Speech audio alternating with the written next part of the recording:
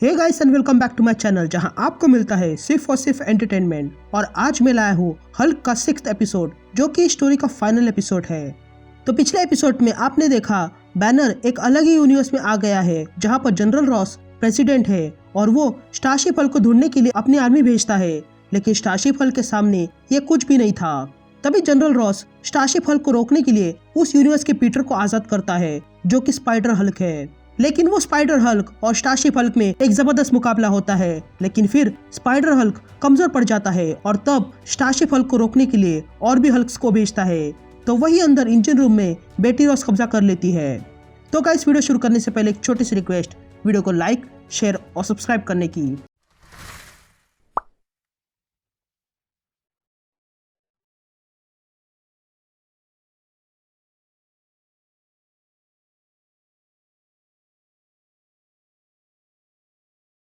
तो हमारी कहानी की शुरुआत में हम इंजन रूम को देखते हैं जहां पर हल्क सारे क्रिस से लड़ रहा है और उन्हें बड़े ही ब्रूटल तरीके से मारे जा रहा था। तो वही स्टारशिप हल्क के कमांड डेक पर बेटी रॉस ने अब कंट्रोल किया था जो बहुत ही अजीब सी दिख रही थी। तभी बेटी कहती है कि सब लोग एक बात कहते हैं कि हल्क ब्रूस की आइडेंटिटी है, जो एक ऐसा बच्चा है जो गुस्से से भरा है, जो उसने बचपन से सहा है और प्ला प्ला प्ला। लेकिन हमने ये गाना पहले भी बहुत बार सुना है, लेकिन देख के लगता है कि हल्क की पोटेंशियल वेस्ट होती जा रही है। लेकिन आज मैं तुम्हें दिखा दूंगी कि वो क्या कर सकता है। तो वही स्टारशिप हल्क अपनी आंखों से लेजर निकालते हुए सारे हल्क्स को पेल रहा था। तभी बेटी कहती है कि हल्क की पर्सनालिटी को इंजन रूम में कैद रखा है, वहाँ पर उसे कैद रखा है और उसके साथ तमाम जुल्म किए जा रहे हैं और ये अमानवता है, और इसीलिए मैंने स्टेज 9 को एक्टिवेट कर दिया है। तब हम देखते हैं कि स्टेज 9 में हल्क के सामने Inhumans, Thanos, Galactus, Phoenix force और खुद लिविंग ट्राइब्यूनल था। और ये नज़ारा तो सोच के बाहर का ही था कि ऐसा कुछ भी हमें इस इशू में देखने मिलेगा। लेकिन गौर करने की बात यह है कि यहाँ पर गैलेक्टस हल्क की तरह दिख रहा था, क्योंकि गैलेक्टस एक प्योर एनर्जी का बना हुआ है, जिसके कारण जो उसे देखता है गैलेक्टस उसे वैसे ही दिखाई देता है। और इस केस में हल्क उसे देख रहा था, इसलिए गैलेक्टस हल्क को भी हल्क की जैसा ही दिख रहा था। तभी आगे बेटी कहती है कि स्टेज 10 पूरी तरह काल्पनिक है, क्योंकि स्टेज 9 ही क्री, शायर, inhuman, silver surfer, ortho, Thanos, Phoenix force, Adam warlock और गैलेक्टस से बनाया गया है। तो इससे आगे बचा ही क्या है जिससे हल्क लड़ सकता है। तभी हम देखते हैं कि सारे लोग हल्क पर अटैक करते हैं और हल्क एक एक करके सारे लोगों को पेलने लगता है। यहाँ स्टारशिप हल्क पर एबोमिनेशंस भारी पड़ने लगे थे और एक ने तो स्टारशिप हल्क को अपने हाथों में पकड़कर 2 हिस्सों में करने लगा था।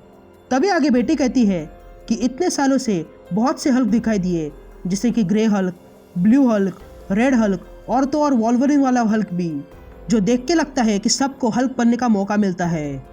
ब्रूस के पास हल्क है, रिक के पास हल्क था, रॉस के पास हल्क था, जेनिफर के पास हल्क है और एमेडिस के पास भी हल्क है। लेकिन ये नाइंसाफी है कि हल्क के पास कोई हल्क नहीं है। तभी हम देखते हैं कि स्टारशिप हल्क की बॉडी ट्रांसफॉर्म होने लगी थी और उससे एनर्जी निकलने लगी थी और उसमें से काफ़ी सारे स्पाइक्स निकलने लगे थे। और देखते देखते स्टारशिप हल्क एक अजीब से रूप में बदल जाता है और अब उसके अंदर से एनर्जी निकलने लगी थी, जिसके कारण हल्क पर अटैक करने वाले सारे उसे दूर भागने लगे थे। तभी स्टारशिप हल्क एक एक करके उन सारे एबोमिनेशंस पर अटैक कर देता है और उन्हें ख़त्म करने लगता है। यहाँ अंदर इंजन रूम में हल्क कमजोर पड़ने लगा था और तब हल्क कहता है बैनर। तो वही बैनर गिरते जा रहा था। वहाँ बाहर स्टारशिप हल्क उन सारे एबोमिनेशंस को अपने एनर्जी से ख़त्म कर रहा था। तो वही अंदर हल्क और भी कमज़ोर पड़ते जा रहा था और वो चिल्लाता है कि बैनर प्लीज़ हल्क की मदद करो। और ये आवाज़ ब्रूस सुन लेता है। यहाँ बाहर रॉस अपने लोगों से पूछता है कि हालत क्या है, जिस पर उसके लोग कहते हैं कि उन्हें भी पता नहीं है कि क्या चल रहा है, क्योंकि ये चीज़ 30 फीट की हो चुकी है जो अब तक कभी नहीं देखी है। ये तो एक टाइटन है। और तब हमें पता चलता है कि हल्क की पर्सनालिटी का नाम टाइटन है। तभी रॉस कहता है कि वो किसी भी हालत में ये चीज़ को नीचे लाएगा और तब रॉस अपने लोगों को वहाँ पर गैमा बॉम्ब्स डालने का ऑर्डर देता है। यह सुनते ही बैनर कहता है कि वो ऐसा नहीं कर सकता है, क्योंकि जहाँ पर बॉम्ब गिरने वाला है उसके आसपास 3 बड़े शहर है जो भी उसके चपेट में आ जाएंगे, लेकिन रॉस उसकी नहीं सुनता है। तभी बैनर फिर से रॉस को समझाने की कोशिश करता है, लेकिन रॉस गन निकालता है और बैनर को चुप रहने के लिए कहता है। तभी बैनर कहता है, प्लीज ऐसा मत करो, लाखों लोग मारे जाएंगे। जिस पर रॉस कहता है कि नहीं, हम मिलकर ये काम करेंगे। तभी रॉस के लोग रॉस से कहते हैं कि जेट्स निकल चुके हैं और बॉम्ब डाल दिए हैं और 10 मिनट में नीचे गिर जाएंगे। ये सुनकर रॉस को खुशी मिलती है, लेकिन तभी बैनर रॉस को धक्का मारकर नीचे गिरा देता है। यहाँ बेटी ये सब कुछ देख रही थी, लेकिन तभी पीछे से ब्रूस अंदर आता है और कहता है कि ये सब कुछ बंद कर दो। तभी बेटी ब्रूस की ओर देखती है, जो अब बहुत ही अजीब सी दिख रही थी, और वो ब्रूस से पूछती है कि अगर उसने बंद नहीं किया तो क्या वो गुस्सा होगा, क्योंकि अब उसके पास यहाँ कोई पावर्स नहीं है और ना ही कंट्रोल।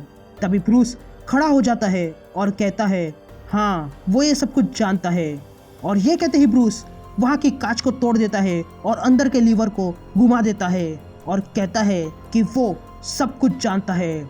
और तब बेटी कुछ देखती है, जिसे देखकर उसकी आंखें फटी रह जाती है, क्योंकि ब्रूस ने इंजन रूम का डोर खोल दिया था, जिसमें से हल्क अंदर आता है और आते ही चिल्लाने लगता है, बैनर। यहाँ बैनर के हाथ में गन आ चुकी थी। तभी रॉस बैनर से कहता है कि गन नीचे रख दो, लेकिन बैनर मना करता है।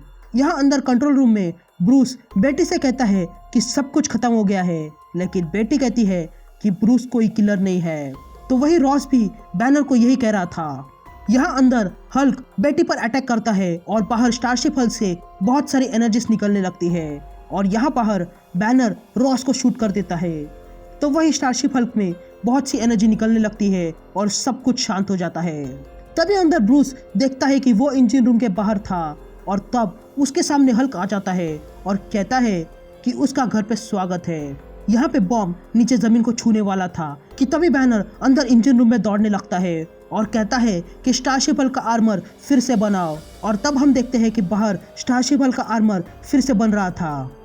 तभी बैनर ब्रूस से कांटेक्ट करता है और कहता है कि बॉम्ब जमीन पर गिरने वाला है और उससे लाखों जाने जाएगी। और तब हमें पीछे रॉस की लाश दिखाई देती है। यहाँ स्टारशिप हल्क पूरी तरह से रेडी हो चुका था और छलांग लगाते हुए आता है। तो वही ब्रूस इंजन रूम में घुस जाता है और डोर बंद कर देता है। और तब हल्क ब्रूस से कहता है सॉरी, लेकिन तभी ब्रूस फिर से सब कुछ कंट्रोल में लाता है और बैनर से कहता है कि वो मदद के लिए आ रहा है। और ये कहते स्टारशिप हल्क एक लैब में आ जाता है। तभी बैनर ब्रूस से कहता है कि जिस पोर्टल से स्टारशिप हल्क आया था वो खोल दो, जिसके कारण बॉम्ब गिरने पर जो एनर्जी निकलेगी वो उस पोर्टल के जरिए चली जाएगी। और तब स्टारशिप हल्क पोर्टल को खोलता है और बॉम्ब नीचे गिर जाता है और उसकी एनर्जी उस पोर्टल के जरिए चली जाती है। तभी ब्रूस बैनर से आखिरी अलविदा लेता है और उस पोर्टल के जरिए निकलता है। तभी बैनर कहता है कि उसे पता नहीं है कि ये पोर्टल उसे कहाँ ले जाएगा, लेकिन जहाँ भी जाओगे तुम्हारा अंत मेरी तरह नहीं होगा, और कभी एक हथियार बनकर मत रहना, बल्कि इसका अच्छा इस्तेमाल करना।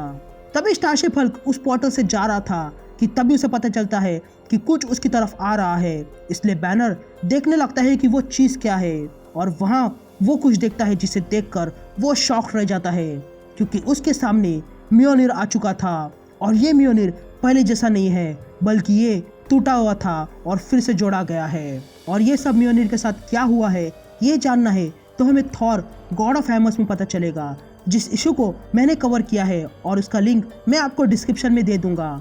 और अब ये हल्क की स्टोरी तो यही खत्म होती है, लेकिन अब हल्क का एक नया चैप्टर शुरू होगा, जिसमें हम हल्क को थॉर के साथ लड़ते हुए देखेंगे। तो आखिर ऐसा क्या हुआ कि ये दोनों आपस में भिड़ पड़े, इसके लिए हमें आने वाली सीरीज बैनर वॉर में पता चलेगा, जिसे भी मैं अपने चैनल पर शेयर करूंगा। तो गाइस, मेरा एक्सप्लेनेशन आपको कैसा लगा ये मुझे ज़रूर बताना, और अगर मेरा वीडियो पसंद आए तो वीडियो को लाइक कर देना और अपने दोस्तों में भी शेयर कर देना। और अगर चैनल पे नए हो तो चैनल को सब्सक्राइब करके बेल को ऑल पे सेट कर दो, ताकि मेरी आने वाली हर एक वीडियो का नोटिफिकेशन आपको मिल सके। अब मैं मिलता हूँ आपसे एक नए वीडियो में, तब तक के लिए बाय।